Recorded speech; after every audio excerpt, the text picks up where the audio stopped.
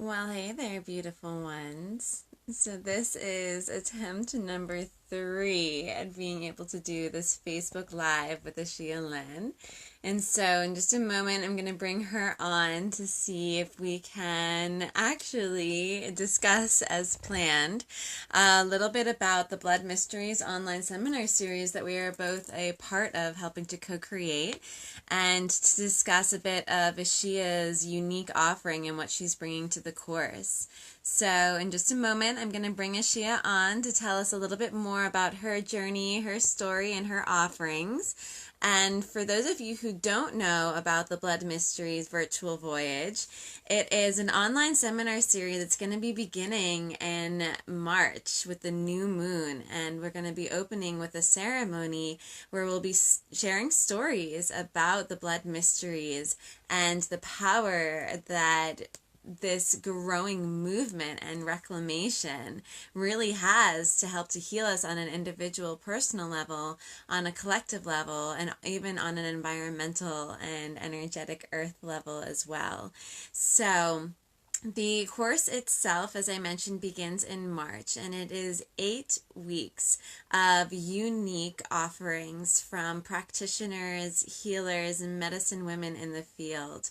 And each week has a different emphasis and a different focus around some aspect of conscious menstruation.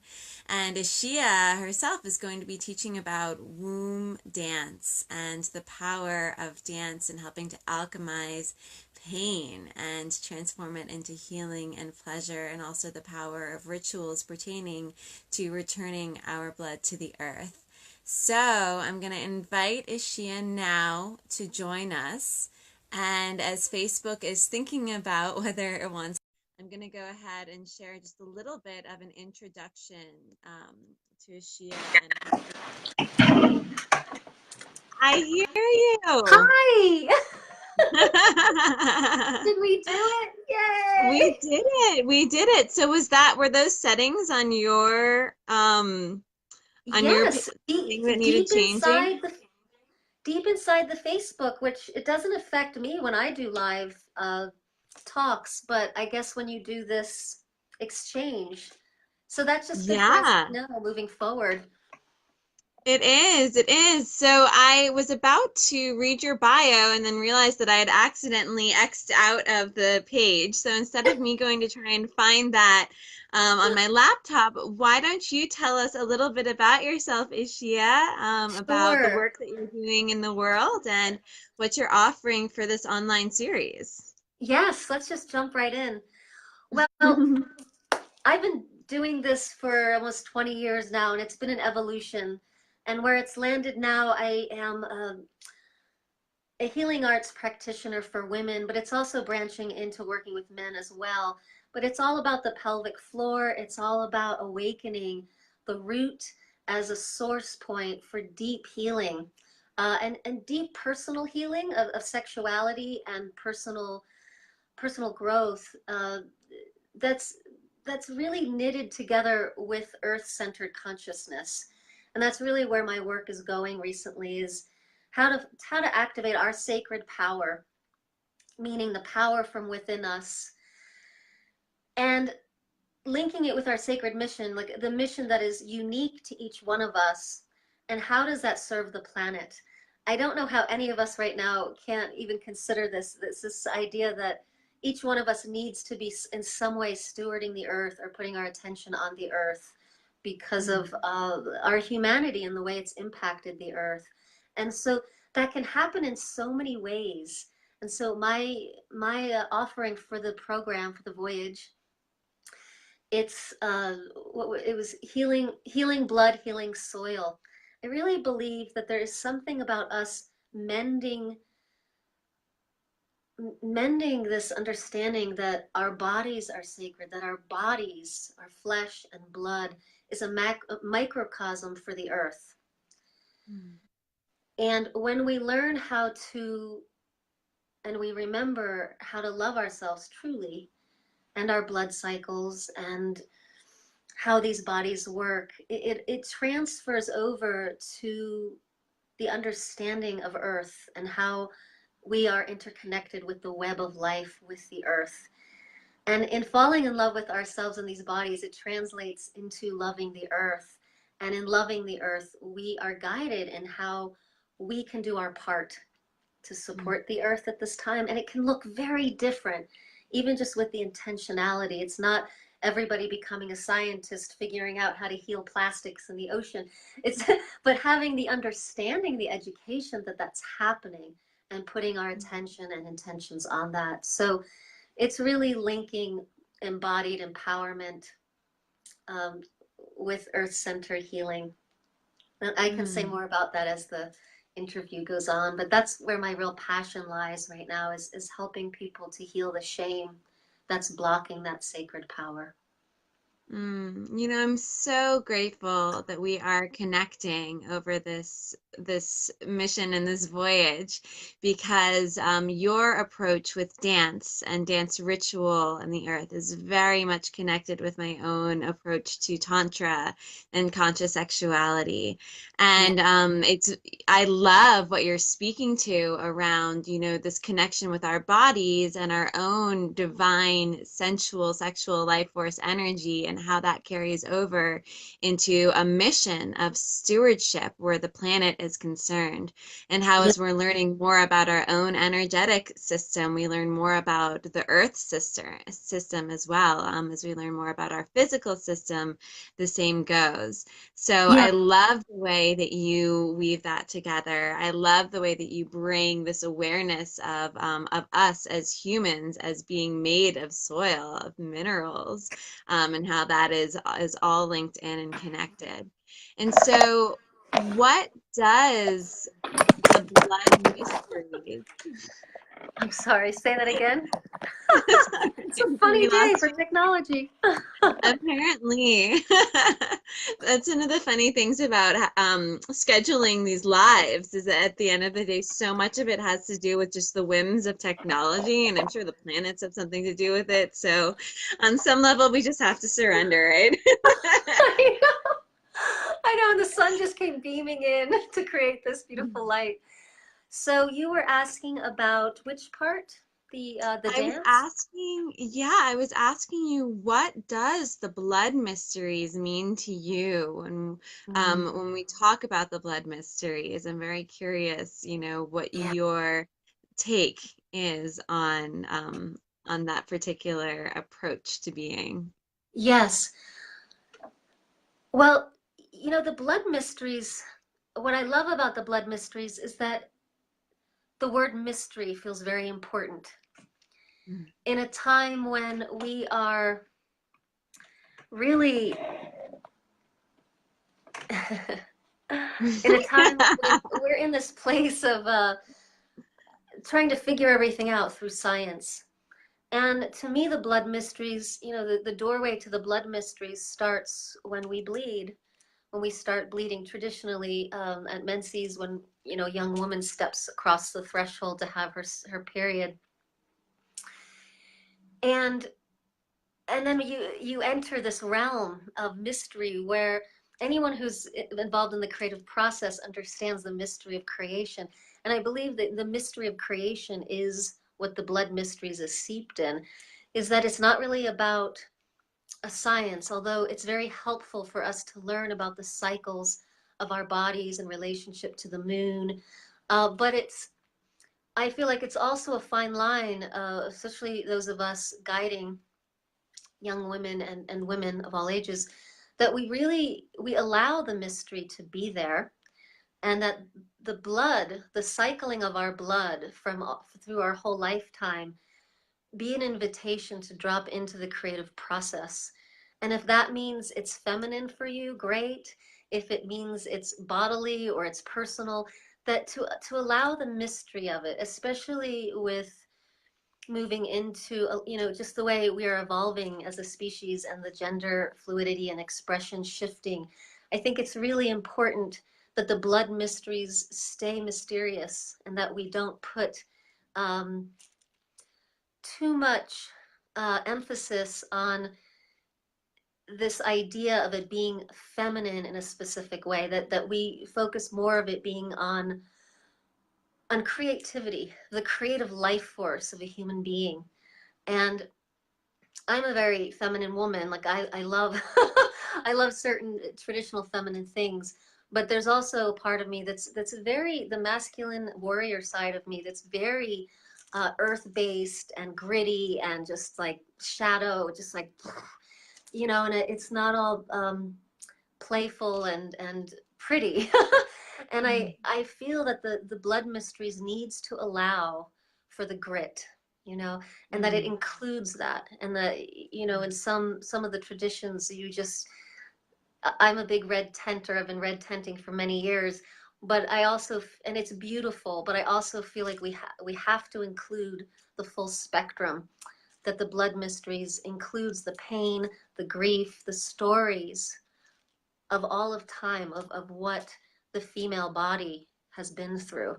And it's a big piece of what my class will be on in our voyage, is a lot of the shadow and the grief of, not liking our cycles, not like painful, one in, what is the statistic? It's really interesting. Is it here? It's like, 1 in 4 women, I think, have had abortions. And the miscarriage rates are 20% of pregnancies. Mm. The 1 in 3 women have been raped. Domestic violence is up in like 5 million per year incidents. Mm. So I believe this is part of the blood mysteries. I believe that we need to embrace and make space for the conversations of the beauty of our blood, and also to really embrace those who are not having a beautiful experience with it, and make space for those conversations, and find out how we as women in any shape or form of womanhood can rediscover the creative process, rediscover the power of the creative process that our blood cycle is. And for us personally, I think it needs to stay in the mystery and not a pre-described understanding of what the blood mysteries are. So it's a big pet peeve of mine to keep it mysterious. Yeah. I really honor what you're speaking to here, which is the shadow aspects of not just menstruation, but of blood and pain and the reality of the human experience, which is that suffering is a huge part of it. And, one of the beauties of this growing menstrual movement is women starting to come out of the shadows to talk about their blood and their menstrual experiences, to Yeah. talk about their body, their sexuality, abortions, miscarriages.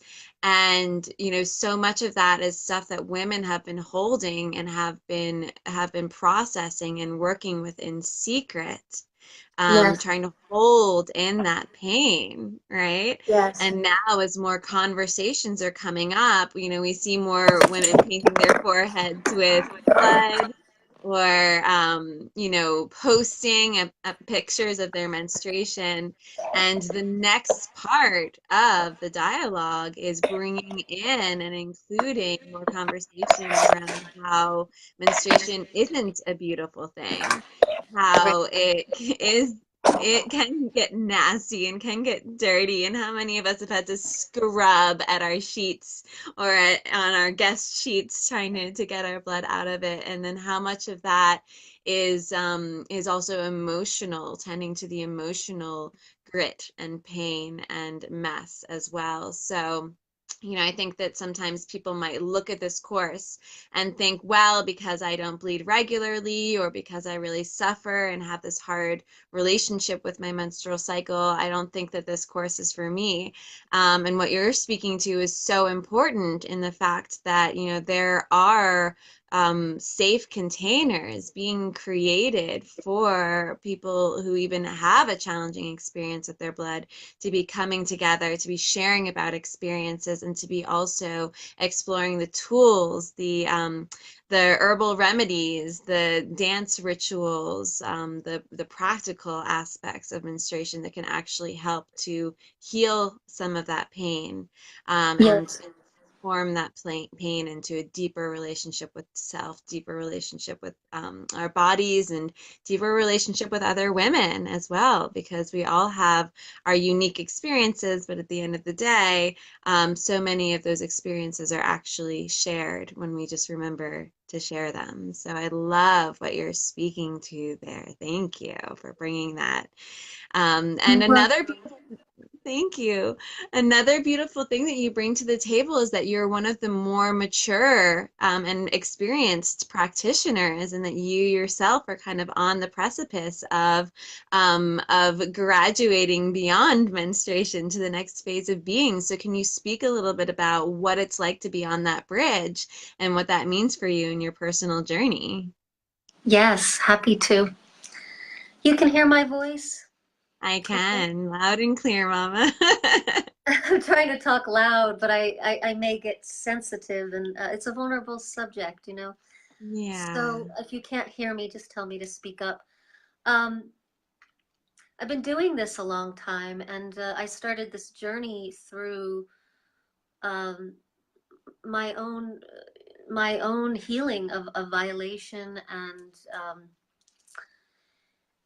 pain, the ovarian cysts and attacks, and discovering a lot of different kinds of abuse through many moments of my life. So it's been a long time, and our culture is so very youth, um, celebrating youthfulness.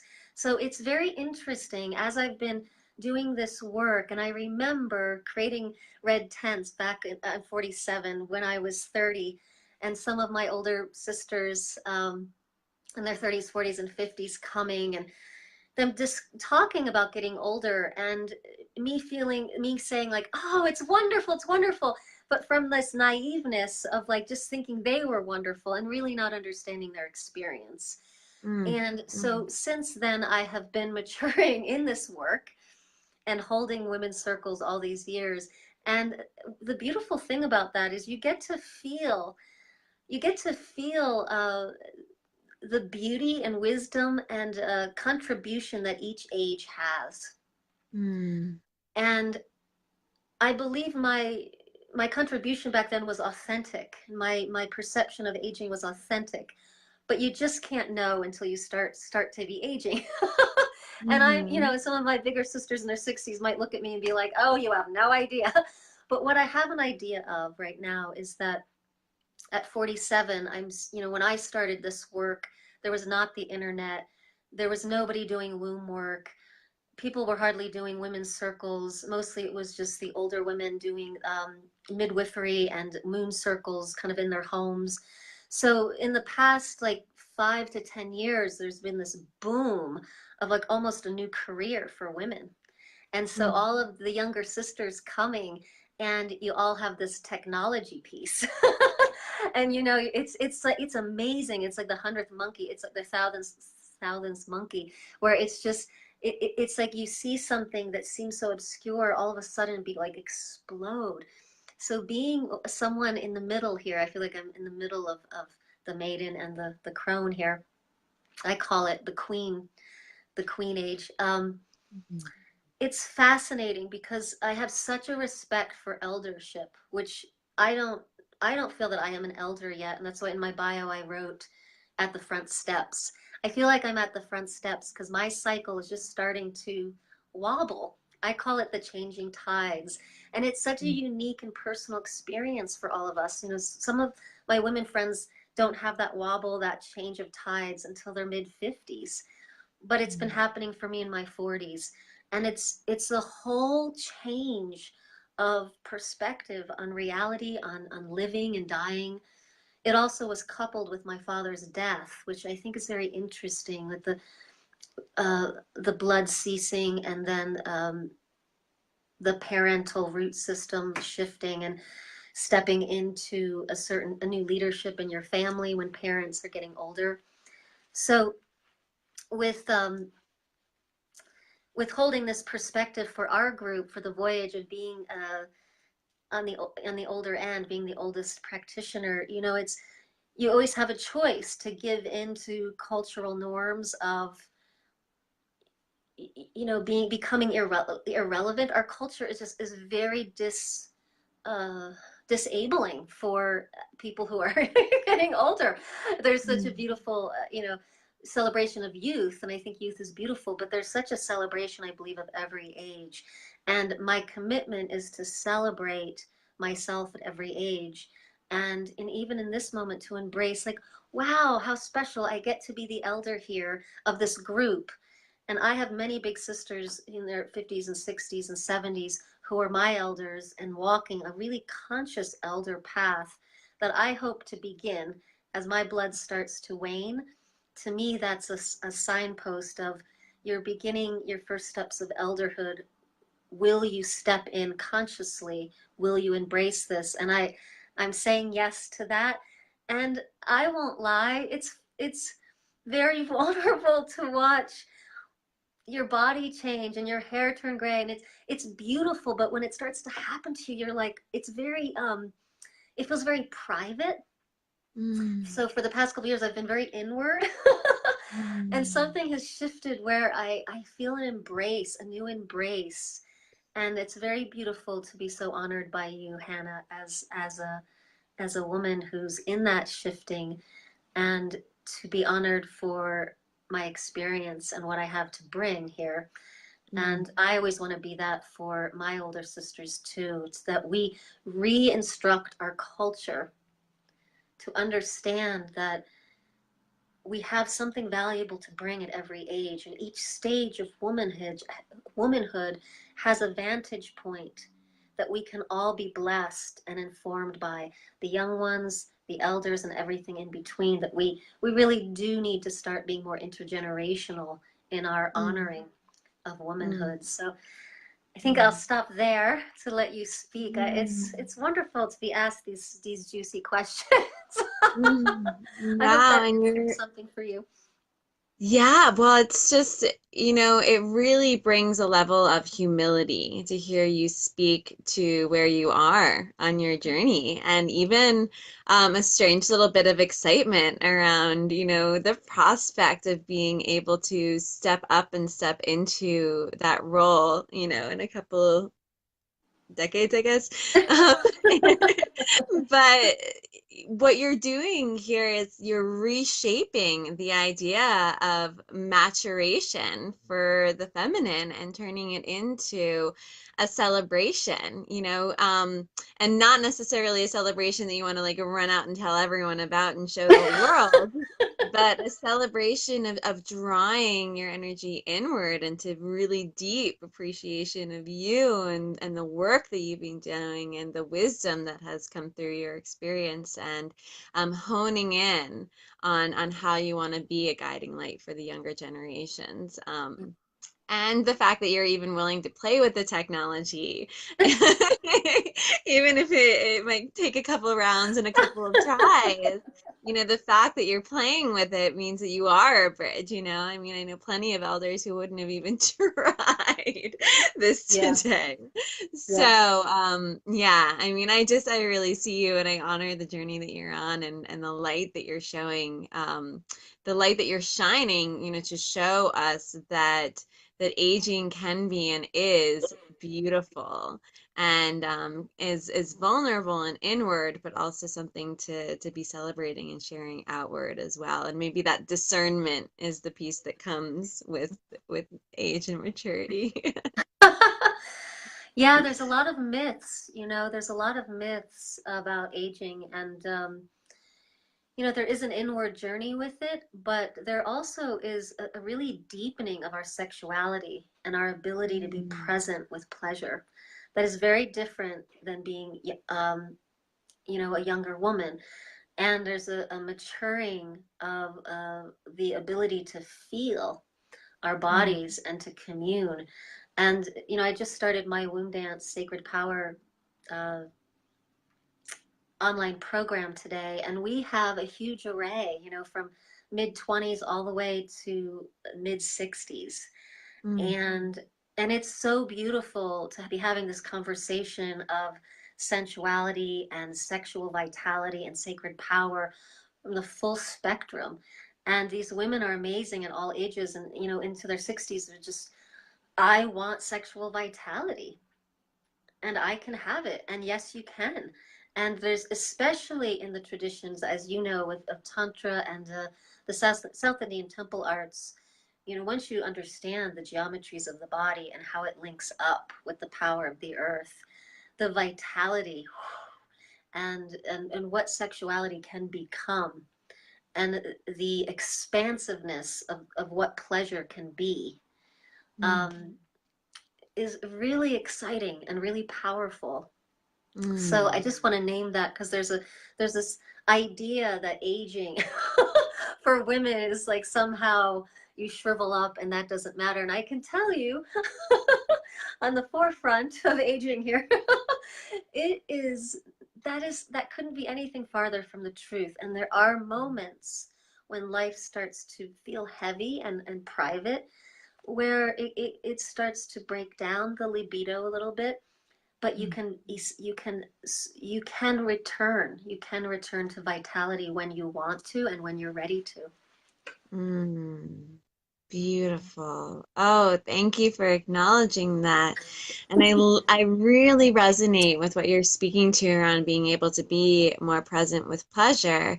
And the immediate thing that comes to mind around that is imagining that that can also be true of pain as well. As you get Yes. older, being able to be more present with pain, and maybe not always rushing to fix it, but actually being able to be with it and in it in a really sacred way. And from what I'm understanding, that's part of what you're going to be speaking to in your offering with the Blood Mysteries. And also, I would love to hear a little bit more about womb dance and your experience with this sacred art that you're going to be bringing to the mysteries as well. Sure. It's my favorite thing. I can see that. Dancing. It makes me so happy. Um, Thank you for bringing that up. That's so true. Like when I say pleasure, I just assume everyone understands what I'm saying. The wide expanse of pleasure must include pain. It Mm, must include pain as a doorway to feeling and experiencing ourselves, and to shift the lens of what pleasure is. And I believe as we age, you know, and we have heartbreak, we have heartbreak at every age, but as you age, you know, people are dying, and you have more, you know, more people, and they're going through all kinds of things, and it's heartbreaking. And one of the things that can really break us down in our sexuality, our sensuality, is the heartbreak. We just really close up. So my class in the voyage will address this, you know, in the many ways. Young women at every age spectrum, where grief and heartbreak and pain and hardship has kind of cocooned us, and that's a natural healing response for the body to be quiet, to be still. And so what I love about the dance and healing dance is that there's so many aspects to it, and one of the most healing parts of dance is the dance of stillness, where mm, in that cocoon we can start to unravel so deeply the micro movements and find the current, the vibrational current of pain, of heartbreak, and acknowledge it as an intelligence, and and mm, and open it up, and see mm, what it has to say, and to follow it all the way into its message, into its form, into its dance. And this is important because the circulation is what starts to heal. When we bring the circulation of breath, attention, and listening. mm, And so these dance practices I'm going to teach on this particular series, the Red River snake dance. When I talk about the Red River, it's the river of our blood, but it's also for the woman who hasn't menstruated in a while, who's missing her periods for whatever reason, or has crossed over into menopause, to feel the river of blood through your veins, to mm, feel the blood of your womb, whether it's passing through or not. to be able to connect with the internal visionary process. And a lot of the ritual healing dances and the temple dances, they're very much about storytelling. We Mm, tell our story. So as we open through the grief and move, we start to feel aspects of our story, and we can bring movement to it and tell the mm, story. And in mm, telling the story through our expression, there's just deep healing in that. The body starts to unfold even more, to feel that there's a place for the mm, body to unfold itself and be seen in its story. And so much of us are imprinted by our lineage, the trauma of our lineage. Even if we're not living it here in this lifetime, in our mother's womb, part of the process of that the embryo goes through is being imprinted in our nervous system and our spinal cord of contraction habit patterns from our lineage, that it gets imprinted on us, and we are then birthed to walk this and heal this for our mother line. And so the dance can address that in that deep stillness dance, and can also heal some of the heartbreak. So it just starts mm, to unlock the contraction of the heart and the pelvic floor. mm. Oh my gosh, I love what you're speaking to, and I can relate on such a big level as well around, pain and emotion wanting to bring this inward stillness, but then what happens when we start to actually stir that cauldron and give that energy movement. And I really love the way that you're connecting it with story, both the outward sharing of story and storytelling through movement, as well as unlocking the stories that are held in our bodies and giving that movement as well. Yeah. So, will you share a little bit about the work that you're doing outside of this course as well? Because I know that you have a course that's going on right now that you're launching, Yeah. and I know that you're involved in a number of different projects. So, will you tell us a little bit more about what you have going on, and also how people can find you if they want to learn more? Yes, yes, thank you.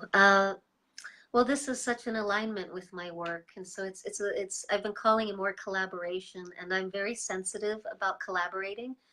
And I Mm, really want to honor you as a collaborator, because mm, the holder of this, you do it in such a way that truly feels honoring of each woman, and such a it feels, it feels like true feminine collaboration. I felt so honored mm. and seen and welcomed here. So I want to say that you have a gift in that, and that's not all women can do that. And Ah, as we're creating businesses with what we do, and still bringing that feminine in to hold us, mm. you are very masterful at that. So, Wow, I just got full yeah. body chills as you were Oh. speaking. Thank you. It means a lot coming from you. Truly, truly. Yeah, I've been involved in a lot of projects, so I feel very relaxed here. Ah, So, ah, wow. um, so my work in the world, I am really transitioning. I have been rooted in Boulder, Colorado, being kind of a shamanic healer and really grassroots healer. Um, I've had the beautiful grace of being really known and loved by my community, and not having to market and just have people do referrals. So I left Boulder and had a 2-year sojourn of feeling called by the global community and touring. And Mm, I'm in the midst of shifting from being a local fixture of healing to a global online and retreat leader. And this is a big shift. It's a big mm, shift, and it's a little scary, but mm, it's fabulous. But I have always felt that my call was to be a global citizen and be a bridge for women, mm, for communities, and to bring what I've been nurturing here in Boulder to women everywhere, to communities everywhere. It is, the pelvic floor work is starting to work with men as well. So mm, my work right now is an online program. It's called Womb Dance. It's right now it's called Sacred Power. It's a 40-day program. So we just started that. We'll probably run mm, another version of it after the Blood Mysteries. mm, And then we'll be doing some online programs, and I do Sacred Power online coaching for women. So a lot of times the program is really powerful, but it taps into women's deep emotional healing. So it's like they like that one-on-one, and it also helps them to Mm. discover as they're empowering what they want to do. And again, helping them Mm. connect with the Earth mission. Mm. And so I'll be sending out my 2019 schedule soon here. It looks like a retreat in Bali is coming up, and Oh my possibly gosh, you Europe have in to the keep me summer. posted about that. I know you have to come. So possibly, so there's some things in the works, maybe in Italy in August, and some priestess training, temple priestess training live at Starhouse Temple in Boulder, which I would love to get a global um, variety of women to work in the Starhouse Temple. It's a special place, and learning how to work with a living temple and wild earth, and how to bring that back to your community to work with your own home as temple, your own body as temple is really powerful. So it's the temple I was trained in. And so Mm. that's kind of me. And my website's womenstent.org. And we're revamping everything. There's going to be some revamping of how we set up the Body Wise Earth Allies projects with the women's healing. Mm. And we're going to be really active in service work this year. We've already promoted women in Haiti, women going to Haiti to help women create natural cloth pads for the girls in the orphanage there, and we've just sponsored a group going down to serve the migrant workers, to do Maya healing, spiritual healing, and Limpia.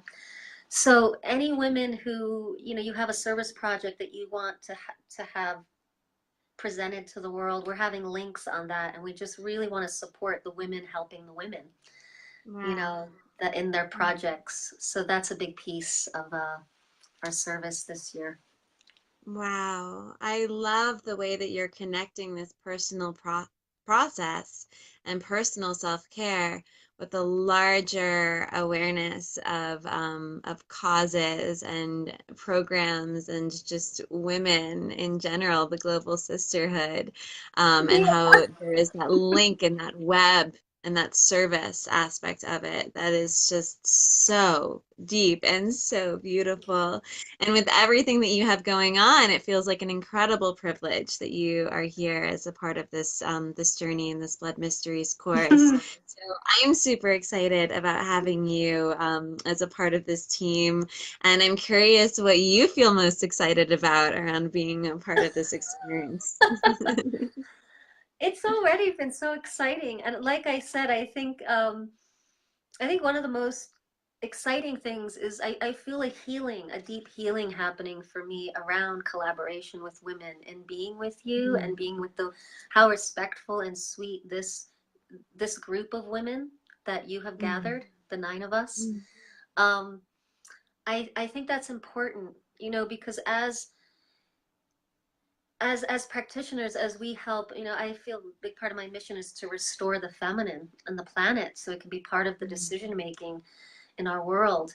And as we, move into business in the world, it's so important that we do it with feminine grace. Because if we're talking about women's blood mysteries and coming together in collaboration, I guess what I'm excited about is that the infrastructure, like, I just want everyone to know this connection and this sweetness is real. This is how it goes behind the scenes and in our private meetings. And that feels like really important, because I've been part of groups where this is a charade, and behind the scenes is really hard and competitive and weird. mm, And so I think what I'm most excited about is that the infrastructure of this that you're creating mm, is held with the energy that we are wanting to be presenting and sharing with women for their own healing, and for the greater message to be entering the world, mm, that this is how women can be together, and this is how it can be shared and make change in ourselves and the global planet. So I think that's my greatest joy, that I've made a good decision here, and that this um, group is really authentic. mm, And in that, I know there'll be tons of healing, true true depth of healing for the people who join us. This is real Yeah. authentic quality of women here. Wow. Wow. Well, thank you for highlighting that. Thank you for Mhm. sharing that. Sometimes with the administrative aspects of this work, I forget why I'm doing it, and you just reminded me. So thank you. I know it's so much work. I just like it's so much work. It's so much work. I so Oh. honor what you're doing. It's just crazy. Oh my goodness. Well, bless you. Bless you for acknowledging that. Bless you for walking this walk for so long and for even persevering this afternoon with all of the technical difficulties. Sometimes there's that moment where you just wonder, okay, is it time to bow out or is it the time to push forward? And I'm so glad that we did. I'm usually a push forward kind of gal. Woman after my own heart. After 6 brain injuries and attacks, I'm like, okay, here we go. We got this, we got this. As long as I And can there's keep the good dancing. stuff. There's the good stuff at the end of that tunnel. Yeah, totally. Oh, well, blessings and so much gratitude and appreciation for you. Is there anything else that you would like to add before we close the container of our conversation for the afternoon? Um, I'd like to close with a dance, with just some movement and some song. Mm-hmm. Yes. So let's just sway together. And I just invite you to the hands in the South Indian temple dance tradition are considered the ends of the heart. The flow of the heart comes out the hands. But this song I sing to my clients, and it feels really important for all women to know this, no matter who you are. You are a gift to the world, you are a blessing, you are sacred, and you are loved. And it goes like this. Woman, you are a gift to this world. Woman, you are a blessing. Woman, you are sacred. Woman, you are loved. And we do this in the temple arts from my heart to your heart, sending love out. Woman, you are a gift to this world. Woman, you are a blessing. Woman, you are sacred. Woman, you are loved. Mm. May it be so. It is so. So it is. Thanks for having me. Blessings, Ixeeya. Thank you for your gifts and the path that you walk and for being a part of this magical container. And for those of you who enjoyed learning and connecting with Ixeeya, you can find her at womanstent.org. And you can learn more about the Blood Mysteries by going to templegaiaonline.teachable.com. You can also find out information on the Temple Gaia website and the event page for the Blood Mysteries online series. So thank you, Thank Ixeeya. you, Thank Anna. you, Thanks for community. persevering. Yeah, we got this, girl. All right. Um, all Thanks right, everyone for blessings to watching. all. Thank you. Bye now.